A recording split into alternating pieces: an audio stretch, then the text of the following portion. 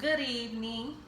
My name is Brittany, and this is my husband Sean, and we're going to discuss an issue that is troubling to the nation, but also troubling to him, and that is the violence in Chicago. And seeing that he was born and raised in Chicago. Yes. Um, I just feel like people on the outside or around America really don't understand where the violence stems from and how it actually got started in the city of Chicago. And it's just well, my family and my friends are still there, so sometimes I'm very concerned and I'm worried about them. But I just wanted to open the eyes of a lot of people when it comes to the violence in Chicago. So, because you do have a lot of family and friends that are still residing in Chicago, it makes you concerned and worried, correct? Yes. Um, Concern for them, and also it's just because of their situation. Uh, a lot of people become trapped in Chicago, and when I say trapped, I mean the situations that they're put in. They see that they have no way out. It sounds like you feel a bit helpless and concerned that you do have family and friends and associates in Chicago, and you feel that they are trapped in that environment. Yes. Not to say trapped, but the conditions that they're put in, starting from when when I say the black people in the community or the Latino people in the community were placed in housing projects and different things like that. And in the area, the schools were really bad. They were horrible.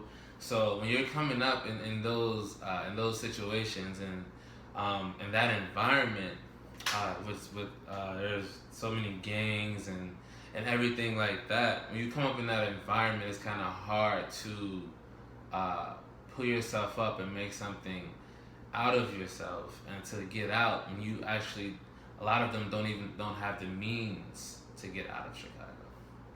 Can you further explain or elaborate on how you see your role as a Chicago native? My role,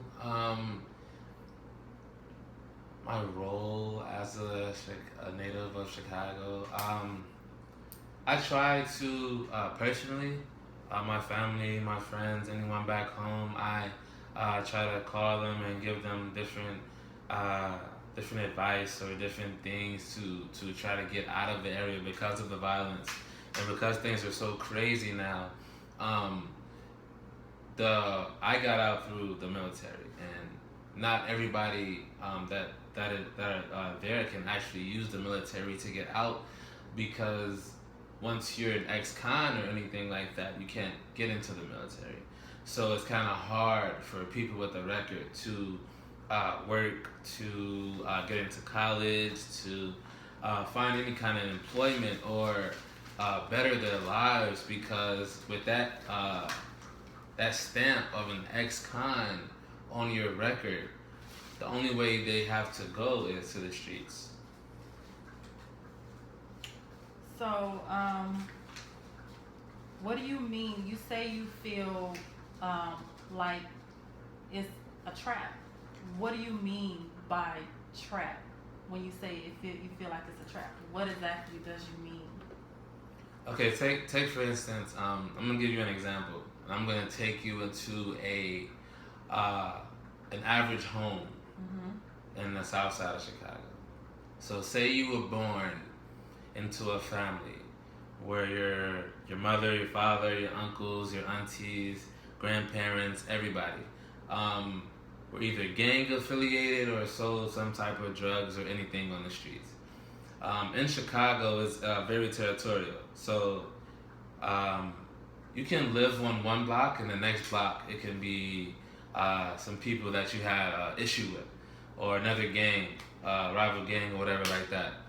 So you grow up, you have big brothers and aunts and uncles and aunties that are in these gangs, and they have problems with other people, and so you just being their nephew or their son, you're automatically associated with those problems. So when you're out walking to and from school, going to the store, going to get something to eat or something like that, you're in harm's way, you're in danger because of something that you couldn't control or something that had nothing to do with you.